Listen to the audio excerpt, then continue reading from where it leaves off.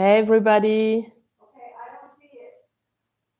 So I should be live, and I'm just testing my mic. So if you hear people in the background,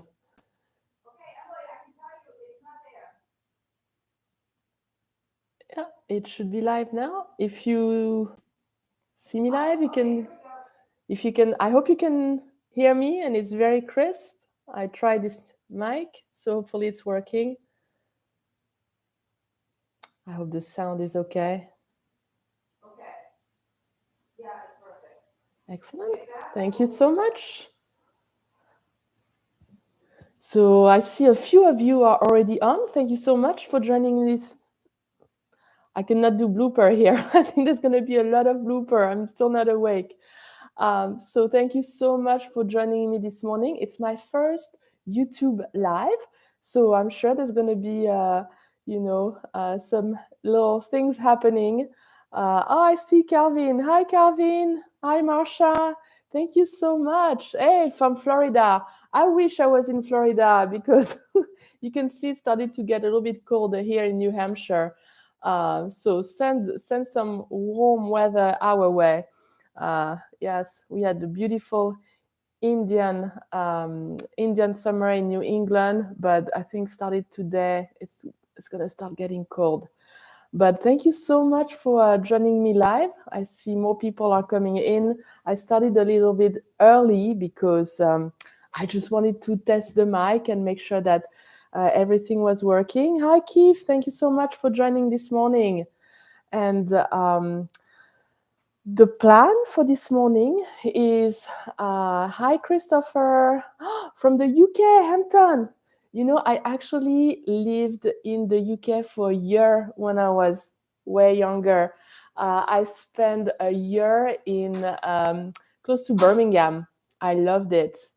Hi, Andre from Canada. Yes, Canada. We're not very far. I'm about 4 hours from Montreal. I love Montreal. I used to go a lot before the pandemic, and now it's time for me to go back. Amazing food, amazing people. It's like, going back to France, but it's Canada. They sometimes don't understand me very well with my accent from France, but it's okay. I love all your expressions. Hey, Switzerland. Hi, how are you?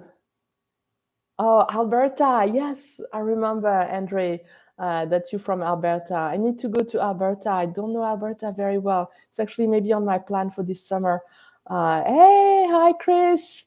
We have Chris is the an OM system ambassador, amazing macro photographer. If you don't know him, you should go and check his Instagram. He also always has a lot of tips that he gives on OM system website, or you do also Adorama. You had a great talk on Adorama as well. So yeah, Chris, you can drop a link in the chat if you want, so people can go and see your Instagram. Hi, Steve from Michigan. Beautiful place. I hope the fall colors have been amazing in Michigan as well. We had quite the show here. So, well, welcome everybody, and thank you so much for joining me in this first YouTube live. I'm a little bit scared, but I thought for today I would talk about macro, and if you have any questions, just put them in the chat. I'll be able to see them and answer them. So please don't hesitate. And I'm going to give you a couple of tips for macro photography. I'll talk about water drop, and I actually have one free workshop. That's a Zoom workshop that I will be doing with Wildlife Nature Tour. So I'll post the link in the video, so afterwards, and you're more than welcome to come and register. It's free. It's going to be next Friday, and I'll tell you all about water drop, and I'll be sharing some of my water drop photography with you. And so for today, we'll concentrate on macro. I'll take any questions you have. Can be on macro, can be on something else that works as well. And before we jump into macro photography, and I'll tell you about my tips, and I'll show you some of the gear that I use. I wanted to kind of introduce myself. I know some of you know me, but I know some other people who are joining in this morning who might not. So I'm Émilie Talpin. I'm from France. I've been living in the US for many, many years, close to 20 years now, in beautiful New Hampshire.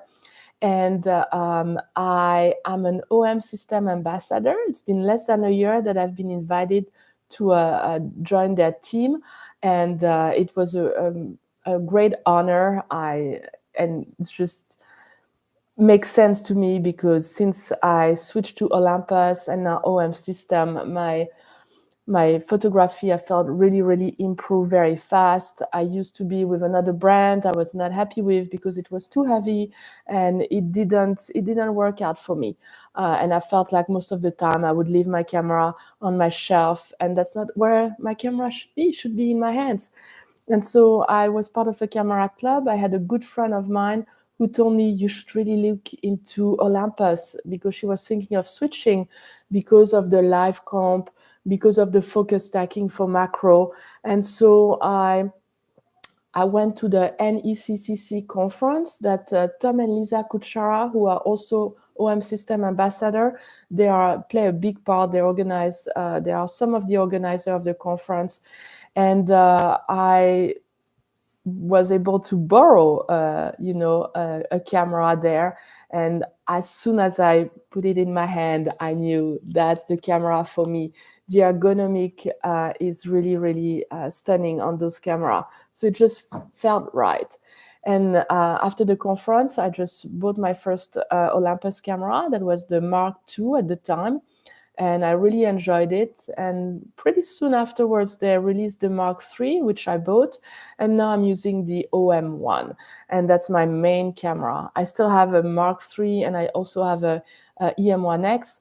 But the OM1 is the only camera that I'm really using right now. I love this camera. It's basically combining the EM1X and the Mark III together, which to me is the perfect camera. So you can also add a grip if you want, but for macro photography, I do not like the grip. And I have pretty small hands, so for me, the OM1 on its own, it works very great for macro photography. And so I've been mostly doing macro and also wildlife. I'm not a landscape photographer. I know some of you are doing amazing photos of landscape. I'm so jealous. I can't do that. I'm not good at landscape at all. And every time I'm looking at a landscape, I want to get really close. So I do landscape with my 150-400. And yes, that's mostly what I'm doing. I'm really interested in live comp and doing more with night photography. So maybe in the future, that's something that I will explore a little bit more.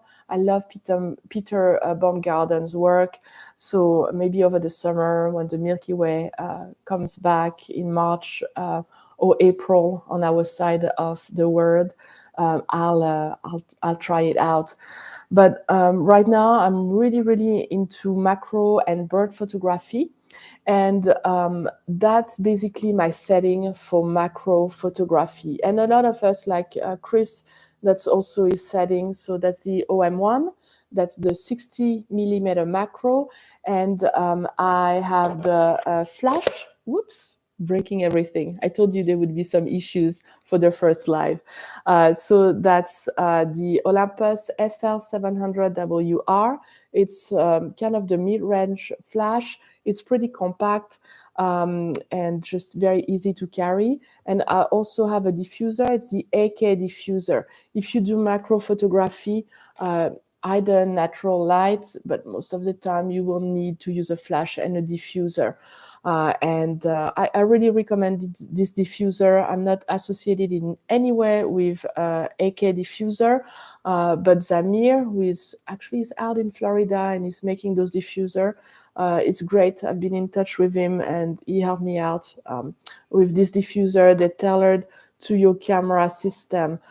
So you have to tell him, what you have. But you can also make your own diffuser. I actually have a video about how to make your own diffuser with a cardboard box and a paper towel. Very easy, And I think, Chris, you have one with foam as well.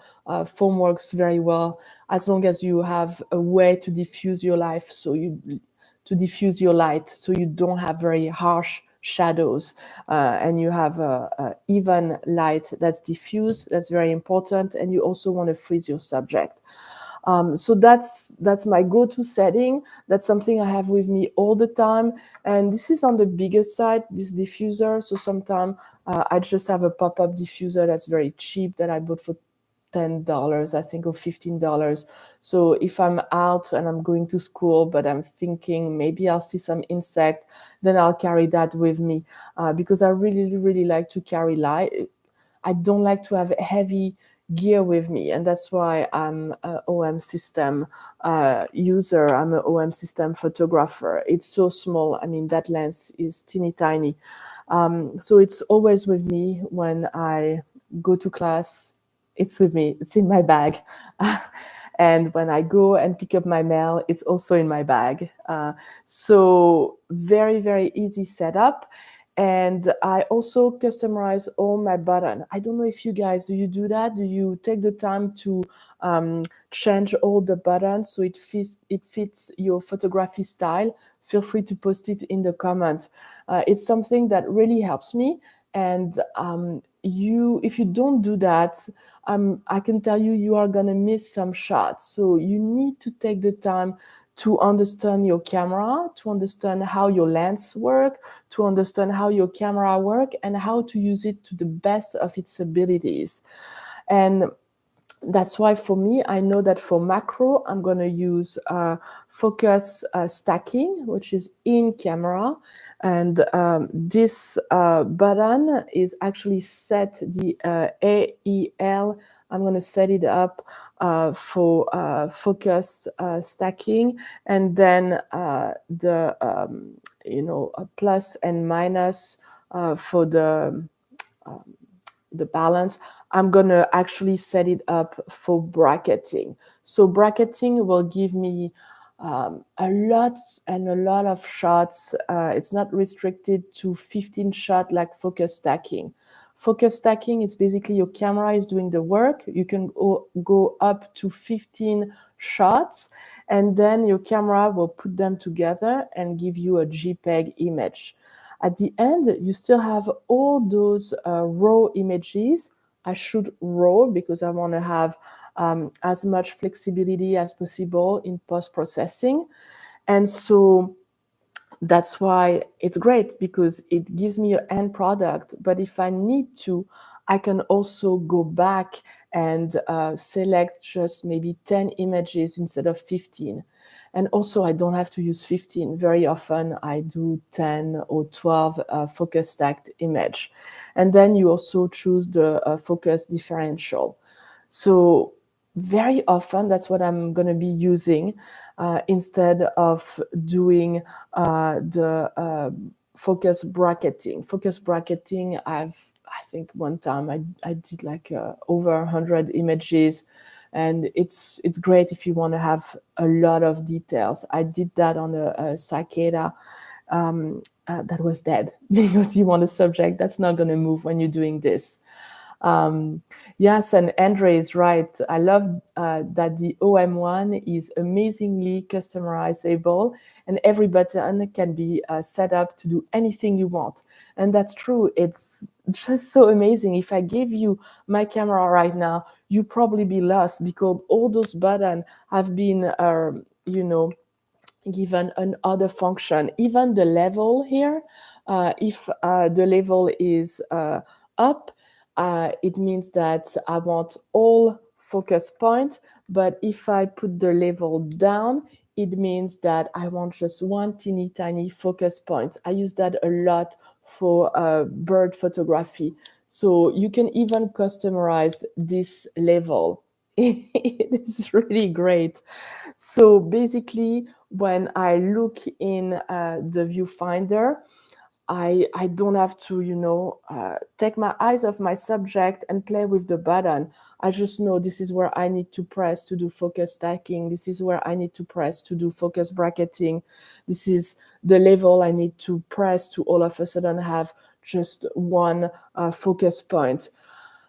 it will save you on in the field, because at the press of a button, all of a sudden you change your setting, and that will help you get the photo instead of having to back off your camera and go into the menu. So take the time. My mentor, Lehigh, who is an OM system ambassador, always told me the first thing you need to do if you want to improve, you need to read your camera menu. Is it the most exciting read you'll ever do? No, absolutely not. But it's the most useful. So if that's something you haven't done, then go on OM system website, download your manual, and then read it at night, and take some notes. And to be honest with you, I've read my manuals a couple of times, and I'm still going to go back to it, because there are still some things that I will find useful as my photography progresses, as I'm changing genres of photography. So download the manual, and I'll post the link of where you can do that after the live ends. So customize your button, the C1, C2, C3, you can also customize them. Because I do a lot of macro wildlife, I have C1, C2 for, C1 is bird, C2 is wildlife, C3 is macro, and then C4 is a general for night photography, so the Milky Way. And then get familiarized with your lens. There is a great thing that you can do, is the 1 week challenge, where you shoot only with this lens. And a lot of people, so my favorite macro lens is the 60mm macro, although I do use, I think I have it with me right behind my computer.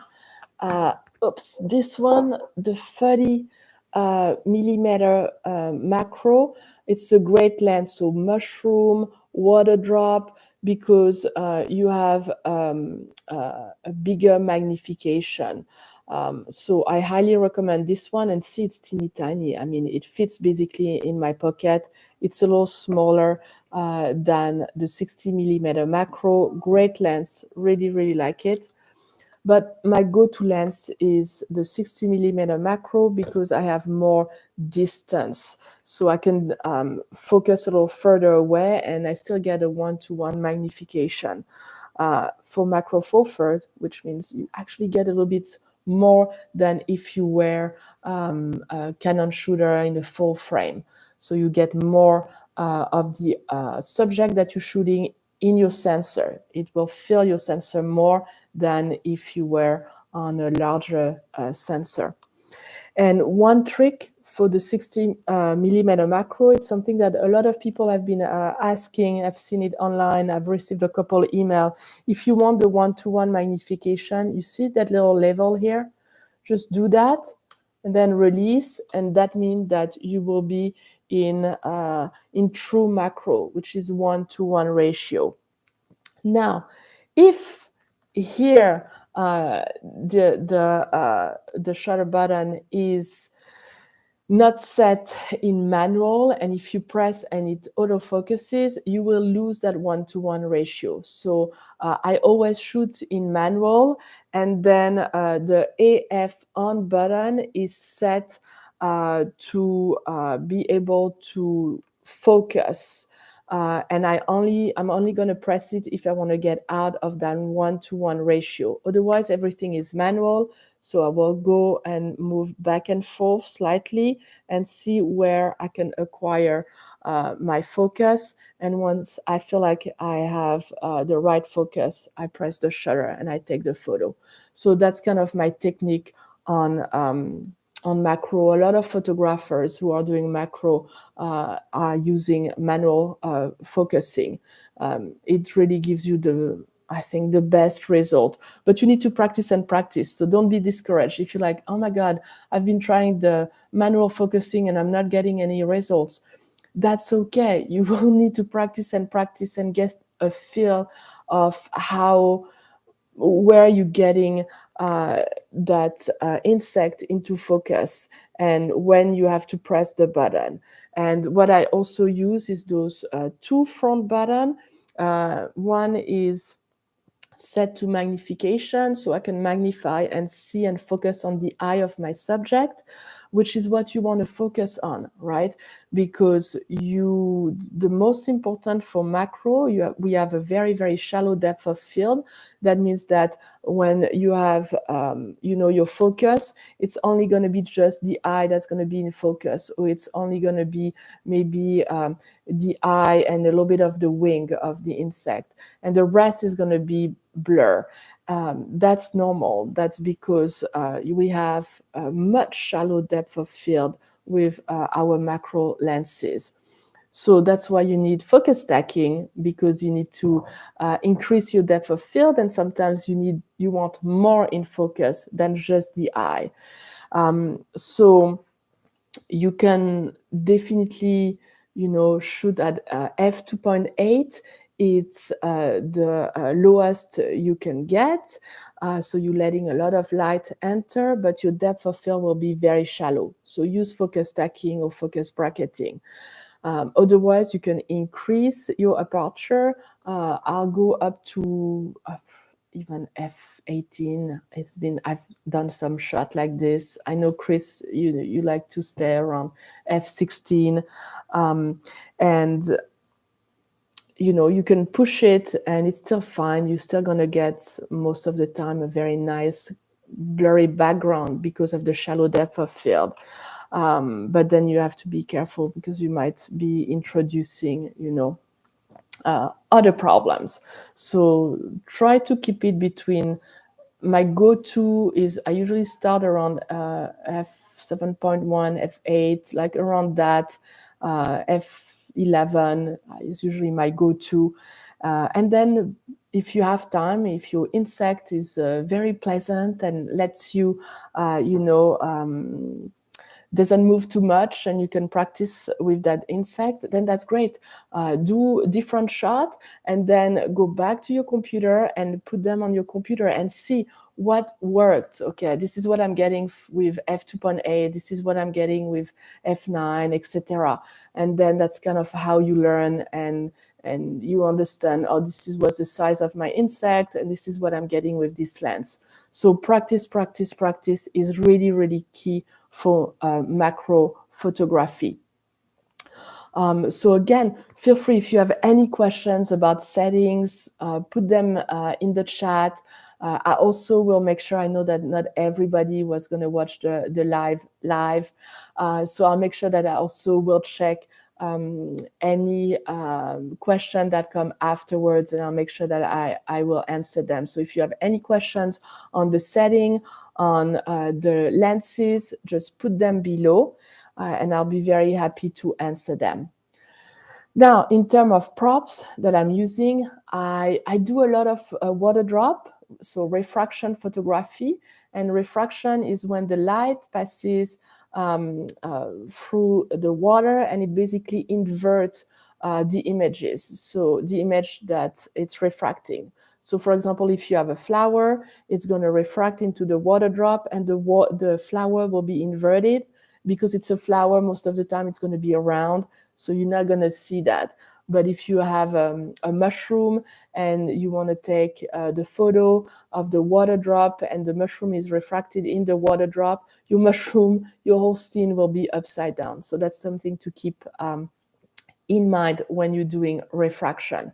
So a couple of gear that I really like when I do refraction is this. This is the Platypod Ultra. It is really, really small. I can, put it in my bag. I don't like tripod, but from time to time, especially when you're doing macro and refraction, it's good to just have a very, very stable camera, because I will do some focus stacking. So this is what it looks like. See, it's my hand is bigger than the Platypod and wider than the Platypod. So that's why I like it. You can clip it with a carabiner to your bag, and that's it. What I add on top of the Platypod is the Platy Ball. That's kind of a new product that they did. So I really like it because you just press here and then press down to secure it. it's kind of, they reverse the ball head to make it more user friendly, because now you don't have all those knobs that you have to turn. You can do everything with one hand. So here, if I press, that's how I can, and you can see it's very like that, you know, you can really do, it's very flexible. You can just do different. You can also pan here.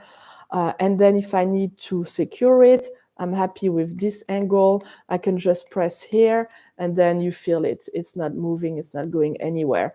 So it's a really great design. I really, really like it. It's also very very small, very compact. You can also clip it to your camera bag as well with a carabiner here. Yeah, it's not, it feels very secure, it feels very strong, great material, and it's also it's a little bit on the heavy side, which I guess you want because that's very light. So you want a little bit of weight to secure your camera. So that's what I will be using when I do my macro photography, and I will also use one of those. It's a clamp. So if I want to do refraction, I will use that clamp, and I will put a blade of grass here and secure it that way. And another thing that I will use, because with refraction, you want to put the light on your subject. So for example, see right here, that's an example of refraction. So I have the ladybug, and I have the water drop, and in the water drop, I have flowers. And the goal is to light up the background subject. So right here, what's behind are the flowers that I use, and the light should be on the flowers. So I will put the light not like a flash, but I will put it back, not on my subject, but at the back of my setup. And I'm going to use an other little I don't know how you would call that, but like a little tool. Those, yeah, how would you call that? So it's like a little branch, I guess. I'm gonna call it a branch. So you just take this, and you can unscrew this, and then you can screw one of the lights. So this one is a Lytra torch, but they discontinued, but you have the same principle, I think, with Luma Cube, and you can actually screw them here. So you can hold your branch or your grass, your blade of grass here, and then with another one, you can light up the background subject. Because here there is a live subject, the ladybug. I did use a flash and a diffuser because I wanted to freeze the motion, and that ladybug was moving quite fast, and it was not an easy subject. I spent many hours trying to get that shot. But most of the time when I just do flowers, that's what I do. I just light up the flower. That's my main subject. Yes, and you're right, a flexible arm.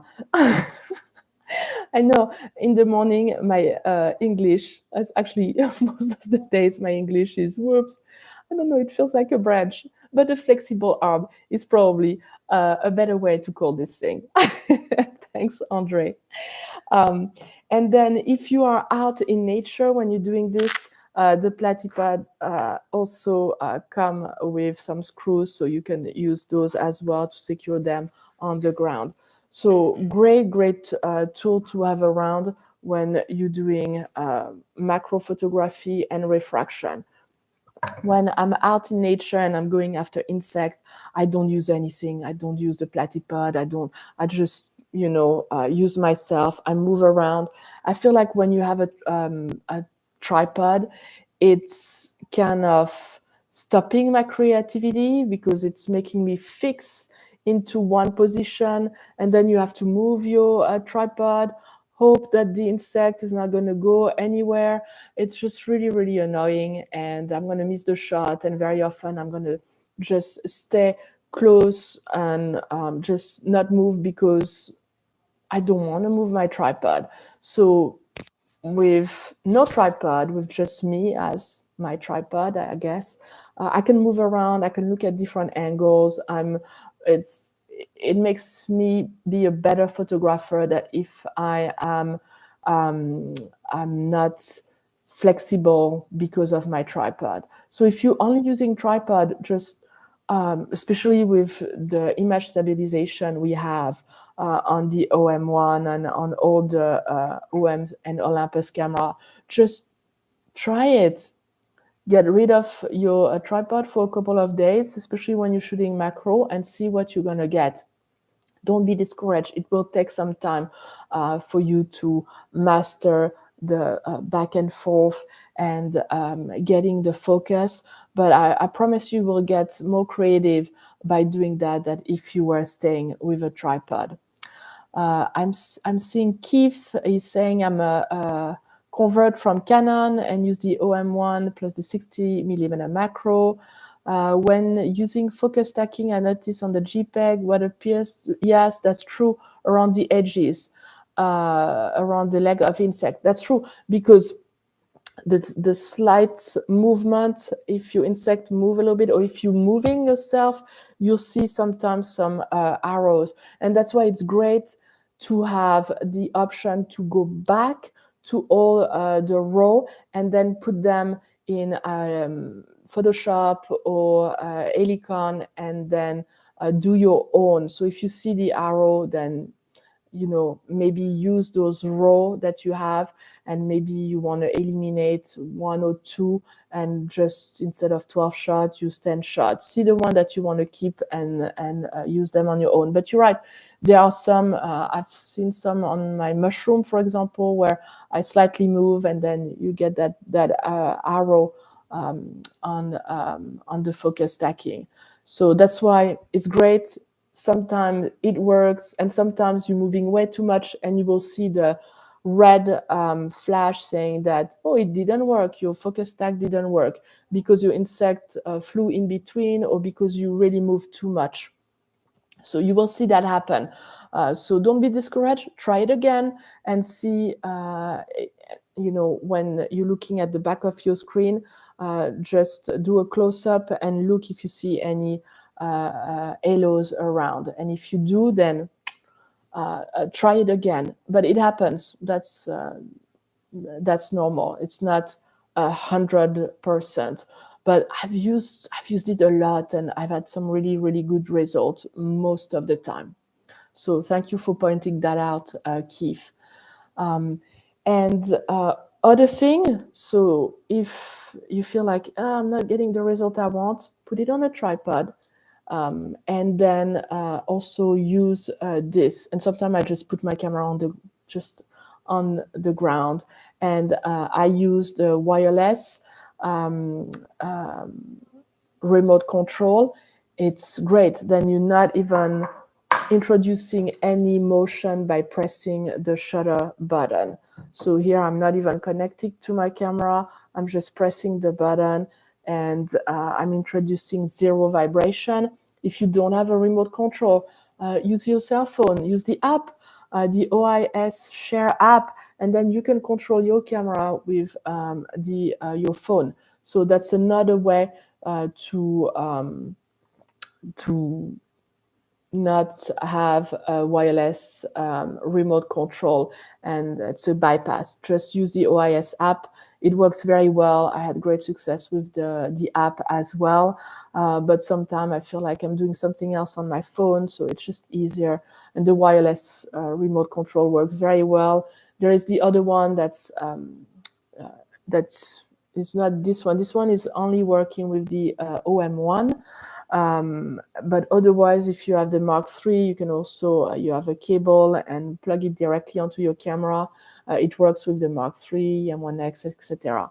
I also have another remote control that is not wireless that I use for my camera. It's I can't remember, it's the Olympus brand as well. But I like the fact that I don't have a cable. I'm really clumsy. I already bumped that mic once or twice during the show. So definitely use use a remote control and see what results you will get with the remote control.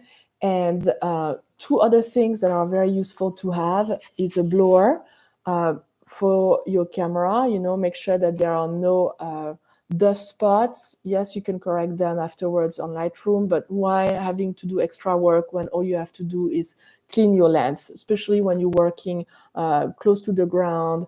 And I actually use that also for mushroom. I have a brush to brush the mushroom, make sure that they are clear. But you can also blow a little bit of air if you want to clean your mushroom, so it's less work in post-processing. So double usage for mushroom and for your camera. And then I also have a bag. So that's my biggest bag, but I also have a teeny tiny one that I forgot to put on the table with me. But I have this. So sometimes I like to paste thing around. So this is great, so that the branch is going to stay where I want, or the grass is going to stay where I want. And then when I do refraction, I could also put my subject on this little turntable, and then I can kind of turn it around. So it makes my life a little easier, especially if I already have water drop on the subject that I would put on this turntable. Then it's making it a little easier for me to move it, because I'm really clumsy. So the turntable will help me out. And I also have this to hold the subject. I use both of them. This is a little bit more delicate. This is not very delicate and can kind of kill your subject. So I might use some tack and put it in here. And then I will put my blade of grass here, and then the tack I will put here to make it stable. So it's not the most beautiful and a professional setting, but it works very well. Use things that you have at home. Maybe you don't need to buy extra things. And for I saw Christopher, I'm glad that you inspired with the diffraction. It's so fun. Refraction it's such a fun thing to do, especially as we are coming into winter. It's going to get very cold. Our subjects are all going to die. So bring the flowers inside, and then play and see what kind of refraction you can do. And for refraction, I highly, highly, highly encourage you to use an insulin syringe. That's the one that I use. I actually have been to my CVS, so my drugstore, and I did ask them. I am a photographer. I'm trying to put water drops on a blade of grass. What is the best syringe you can have? There are different type of syringe, insulin syringe, and the person in charge of the drugstore was extremely knowledgeable and helped me out. And she said, this is for the best water drop. This is what you should get. So it's a 1 millimeter capacity, and the gauge is 30 G. So that's the one that you want. And they're very good for putting water drops on your subject. You could use an eyedropper, but the eyedropper, the problem is that the water will want to stay on the eyedropper, whereas with those, they're hydraulic. They want the water will want to get away from the needle, and so it make it easier for you to place the drops when you want to place them. Yes, I highly, highly recommend this if you want to have fun with water drops. It's going to make your life way better than with just an eyedropper. You could use a spray bottle, but if you use a spray bottle, then you can't place your drops. So you will have a lot of drops. And oh yes, Emily, can you go back and show us how you use the turntable? So the turntable, I will have, let's say, I will set up those two. Let's say I have a blade of grass, and I will put those two in, and then I can just turn like this, and then they will turn. So I don't have to touch my camera. I don't have to do anything. So it's very useful in that way with the turntable. So you can just or if you have a dead insect that you find, that's the same. You can just slightly turn it so you don't have to touch it and break antenna or whatnot. So let's imagine that's my camera. I can just, turn it around and find different angles that way. So it's a teeny tiny, I got it out of eBay, tiny turntable. Very, very useful tool. I really like it. So that's basically, I'm looking at, oh, and I should have also mentioned, I have some gel for the light. So you can put different gels and do kind of different, like a blue, orange. So you can kind of have fun with gels as well if you want, with refraction or with mushroom photography, if you're gonna light up the mushroom. It's really fun. I like it. Yeah, merci, de rien. So that's it for my setup for macro photography. Those are all the tools I carry with me, and I carry them in a teeny tiny bag. So that's a 6 liter, that's the Peak Design 6 little sling bag. And I actually added a think tank belt because I like to, it's just easier on my hips. And then I also have this, which helps me put my camera on my side. So I like it very, very much. And yeah, everything fits in this 6 little bag. So I'm happy. I don't have to carry an enormous backpack when I walk around.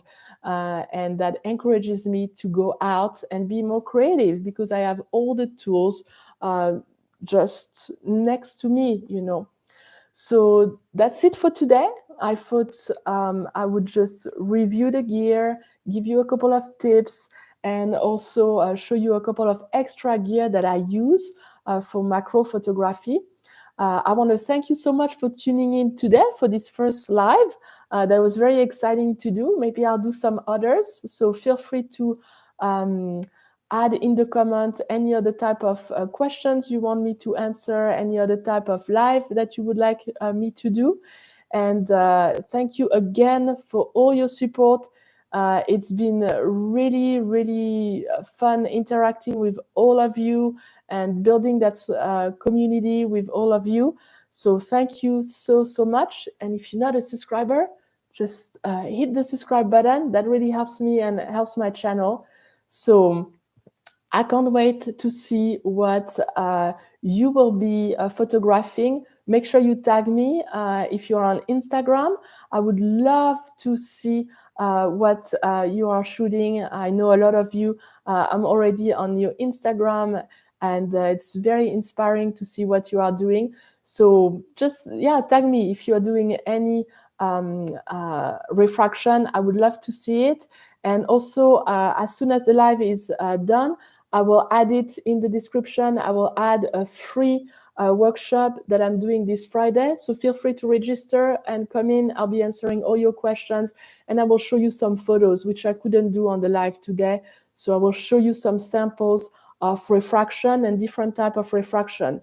You can do water drops with flowers, but you can also refract other things. And I'll give you a couple of other tips.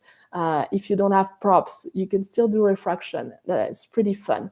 So I hope you're tuning as well on Friday for the free workshop with Whiteside Nature Tour.